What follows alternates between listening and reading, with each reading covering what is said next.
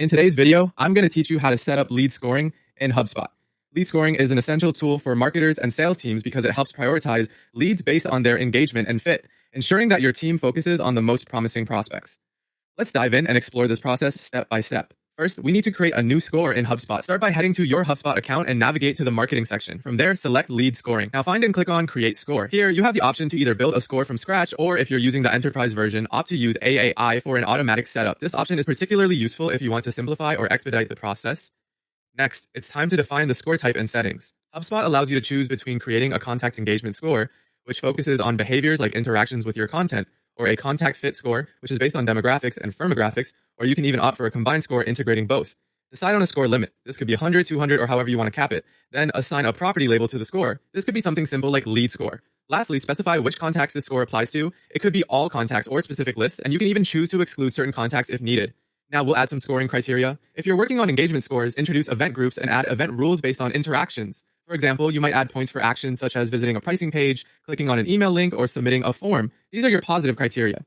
Conversely, negative criteria might include visiting a careers page, which might warrant deducting points.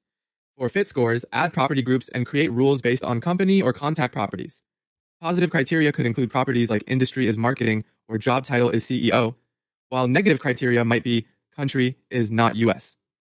For both types of scores, you'll want to filter events by specific parameters, like the email's name or a particular URL, and assign suitable points for each event or property match. It's useful to consider setting score limits for individual scoring groups, and optionally, you can implement a decay score to reduce points over time for older activities.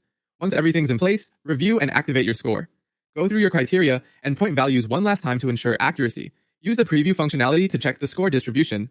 This helps ensure that everything aligns with your expectations. If you're satisfied, go ahead and turn the score on. Post-activation, the score will be visible on each lead's record, giving you real-time, insightful data. Finally, make the most of your scores by taking action. Create a saved view or list based on score thresholds, such as a high score list. This organization will help you more effectively manage lead interactions.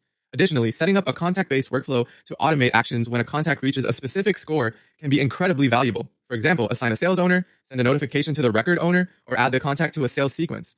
All these actions maximize efficiency and ensure timely engagement with promising leads. And that's how you set up lead scoring in HubSpot. By following these steps, you'll be able to streamline your marketing and sales efforts, focusing your attention on leads that matter most to your business growth.